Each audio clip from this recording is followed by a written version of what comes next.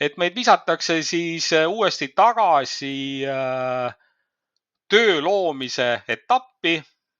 Tuletan jälle meelde, et töö loomine ei ole mitte uue kliendi valimine, vaid juba valitud kliendile uue siis prooviala valimine. Ja siin ma tahtsin teadlikult teile siis demonstreerida ka ühte sellist kohta, kus on otstarbekas kasutada prooviala piirajaks mitte PRIA massiivi. Nagu te näete, siin on kaks täiesti selgelt eristuvat maakasutust ja kui me võtame siia alla hoopis PRIA põldude vaate, nagu ma ennem ütlesin, on siin võimalik neid ka filtreerida.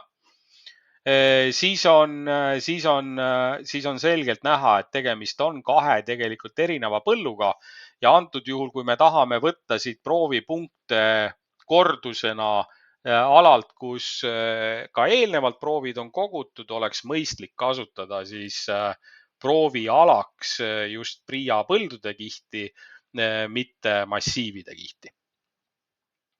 Ja kolmas asi siis, mis meil on täna veel vaatamata, on lisaalade lisamise võimalus, et juhul kui on tekkinud selline situatsioon, et klient soovib võtta mullaproovi põllult, mis ei ole võib-olla PRIA toetusaluses registris üldse kirjas või on tegemist mingi uue põlluga, mis iganes, siis on võimalik teil see lisaalana siia ka sisse joonistada. Lisaalade funktsioone on siin ka natuke keerulisemaid, mis võimaldab komposiit ehk liitalade loomist, aga kuna see on rangelt mitte soovitatav, siis ma sellest täna pikemalt ei räägi ja keskendume ainult sellisele tavalisele ala lisamise funktsionaalsusele.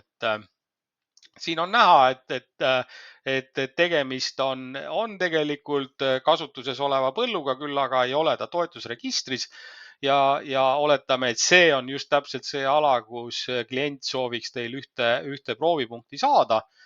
Selleks siis alustate lisaala joonistamist, klikkides nupul joonista ja viite siis kursori selle lisatava ala kuskile serva, kus te tahate joonistamist alustada. Ja edasi on juba hiireklikkidega liigute sellises täpsusastmes, nagu teile tundub endale mõistlik. Joonistate selle ala sisse ja ala joonistamise lõpetate kiire topelthiireklikiga, kiire topeltklõps ja siis on seda tunnistab, et see ala on nagu nüüd sisse joonistatud, kui ta läheb ilusti roheliseks ja ta on meil olemas. Nüüd see hetk, kui me ei ole seda veel salvestanud, on meil võimalik selle sisestamisest ka loobuda, vajutades tühista nuppu või siis salvestame, kui me oleme selle joonistusega rahul, salvestame ta ära. Piirjoon muutub selliseks lillaks katkendjooneks ja juba on väga hästi.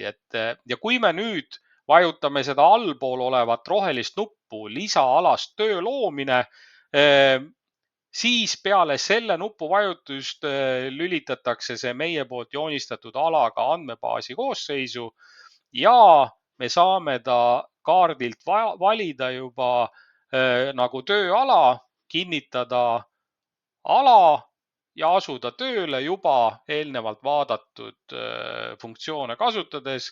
Proovipunktid. Siin on 3,8 hektarit, ühest punktist piisab. Lisan seekord käsitsi, panen selle proovipunkti ära, lõpetan tegevuse, salvestan, kinnitan salvestuse, lisan proovinumbri, ta võtabki viimase, kinnitan ja juba ongi mul ju töö tehtud, salvestan ära ja olemas. Kokkuvõttes siis selle esimese osa tutvustuse juures, et võib esmapilgul tunduda, et hiireklikke tuleb teha natuke rohkem, aga kinnitan siis veel selle üle, et selle klikkide mõte on see, et iga protsessi osa oleks selgelt alati juhitud, selgelt alati ka lõpetatud selleks, et ei tekiks selliseid konflikte, kus mingid protsessid võivad jääda nii-öelda kas poolikuks, mis teevad kogu selle tööahela meil katki. Aitäh!